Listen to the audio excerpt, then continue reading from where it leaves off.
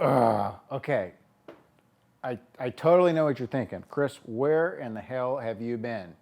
You are absent without leave. Well, I kind of got tied up. I had my ass bitten by alligators, so to speak, and I just couldn't get away. I couldn't break away. I had too many things to get done. Unlike some of these YouTube channels out there where these people are doing it for a living, we're not really at that point yet with this channel. So work takes precedent. And like I've said in the past, I've got 3 or 4 different jobs, and sometimes they get overwhelming and I can't get everything done, so this gets put aside for a while. I was actually shooting a video for the 911 Turbo. I had the car out at the park. I was shooting video on the outside of it and everything. I got halfway done. I was going to do the inside of the car and walk you through it, and just got sidetracked and couldn't finish it up. So I got to finish that up, and then I'll do the post-production video stuff on that, get it uploaded so you can see that. But in the meantime, it's not like I haven't been busy. I haven't been thinking about things to do with the cars and stuff. And actually, there's been a few projects ongoing I just want to get you updated on. Let me handhold the camera and just kind of show you and talk about what's been going on here the last couple of weeks. Okay, first things first. I told you about the window tint on the car that was kind of hosed up on the M3. Let me try to show it to you. And I don't know if you can see it here, but right down there, you can see right there, it's peeling up from the window. And there's about 3 or 4 spots on it.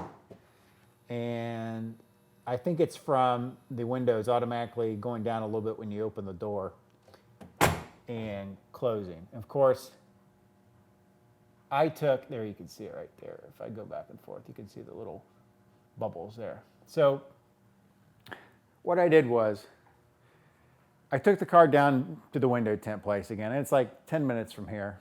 I took it back and said, listen, okay, obviously you remember doing this car because you don't get a lot of Phoenix yellow metallic M3s pulling in. You did the window tint 6 months ago, and it's got like a 10-year warranty or whatever. And I'm having some issues on the driver's side. Let's go take a look. So I bring the guy out to take a look at it, and the first thing he says is, oh, you must have rolled the window down when it was still drying. And I'm like, no, I'm pretty sure that didn't happen. And he says, well, I've never seen that happen before unless somebody rolled down the window prematurely when the window film was still drying. And we explicitly tell people not to do that. Well, I said, well, I'm sure you do, and I'm sure you tell people that, and I'm sure from time to time they still roll the window down. But since you put the window tint on in January, I have not rolled the window down once. In fact, I've only driven the car like 3 times since January. I'm like, well, I don't know. I'm not sure. We've seen this before. If it would have dried like that, it would have dried like that while we still had it in the shop, and we would have known that. I said, give me a fucking break, okay? I mean, I literally haven't had the car out of the garage more than 3 or 4 times. And the only reason I'm bringing it in now in June is it was winter time. I wasn't driving the car in the winter. In the spring, it was rainy, it was cold, it was yucky, and I wasn't going to have the car outside then. It's not like it's a huge pressing deal. It's not like it's a mechanical problem or anything like that. So finally, after a little bit of, arm twisting and all that good stuff, they finally agreed to go ahead and fix the driver's window tint, the driver window tint. So that's going to get done. Let's see, what's today? Today is Wednesday. That's going to go in first part of July. I think July 1st or something like that to get that fixed. In the meantime, before then, next week, if you remember, I had a couple scratches on the car. Let me flip the camera around. And as you can see, that was one of the major ones right there that was really bothering me. As you can see, it looks like it either ripped the clear bra when whoever did this scratched the bumper, or the clear bra wasn't there and that's how it got scratched. But anyways, that's not an insignificant scratch. And there's just a couple other minor ones on the front bumper. And if we go around to the side, I think I may have shown you this one too. This one is on the right side here. Oh boy, it's right there. You can see it's kind of it's been touched up previously, but it's not the greatest touch up. And so I need to get that fixed too. And in order to do it right, in order to make sure everything gets resanded down properly and repainted properly, they're going to have to take some pieces off the car. I think they may have to take this piece of glass out. I'm not sure if they're going to have to take the bumper off. They're going to take the front bumper off of the car here. And even though when I brought it into them and told them just to fix that mark, since they have the entire bumper off, there's a couple other just small nicks that I'm going to have them fix. There's one, let's see, right there. As you can see, the clear bra ended right there, and that's where the nick was. That should come off. That's either dirt or that'll get pulled off with the clear bra.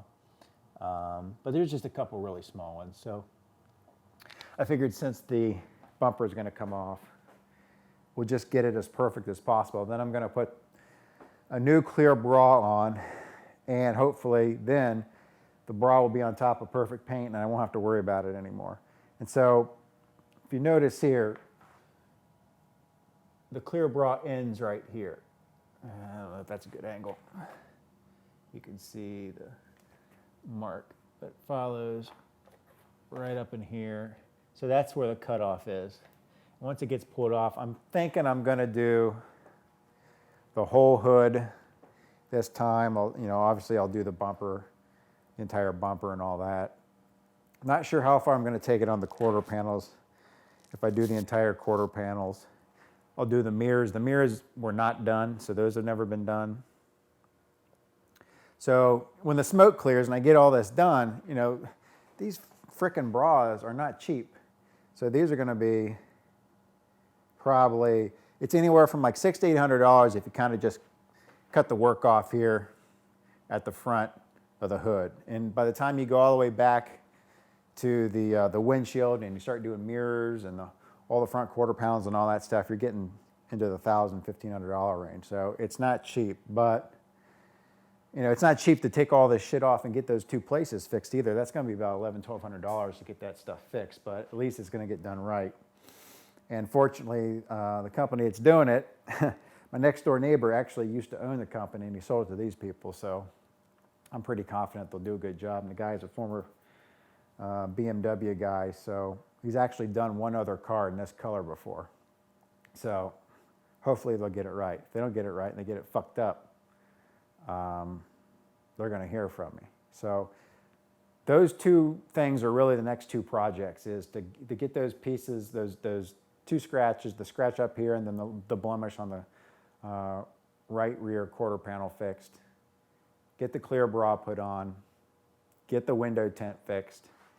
And as you notice here, I don't know if you notice this, that's right, I took the Bimian window stick, or the Bimian roundel stickers off. And they were just kind of,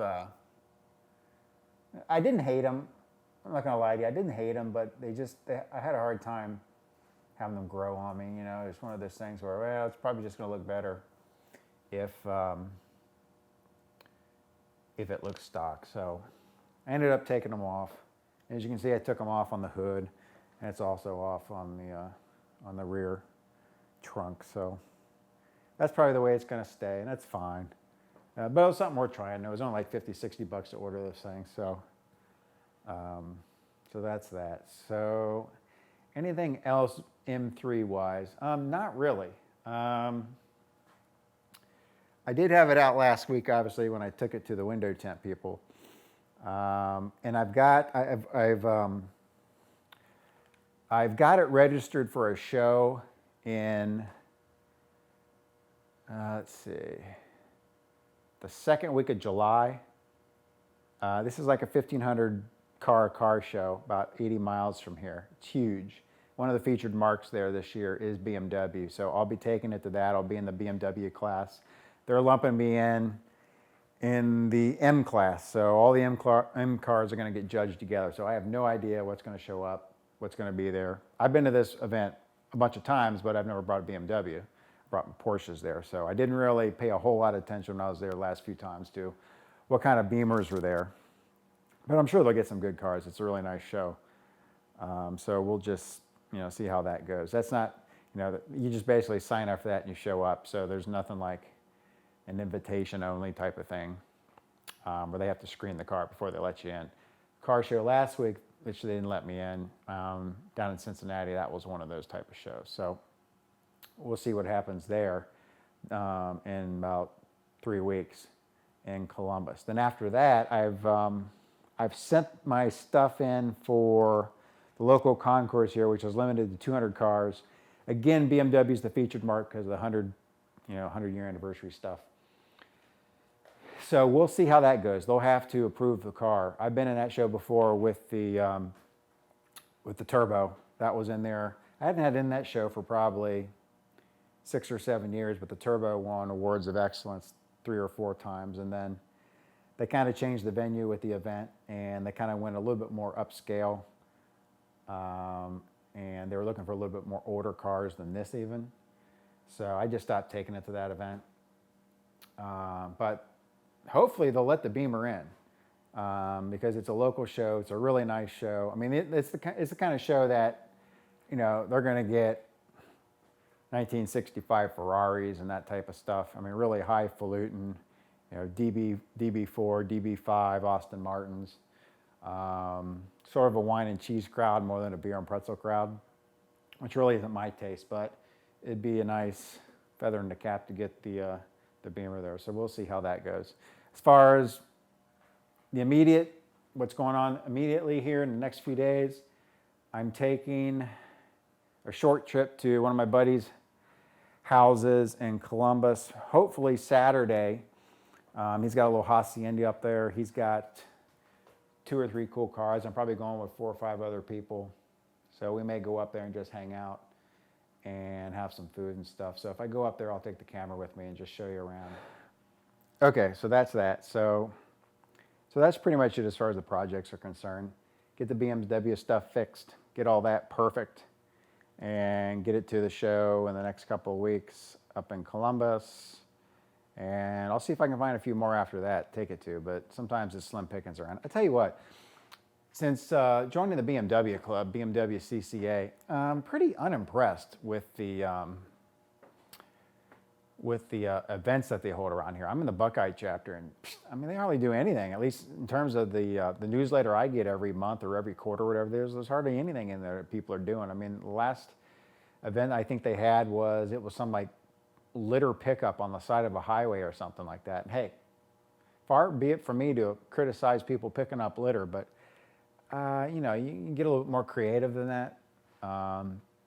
So the Porsche club seems to be a lot more excited about getting involved and getting together and doing events and stuff like that. Of course, the problem with the Porsche club is it's all the same shit all the time.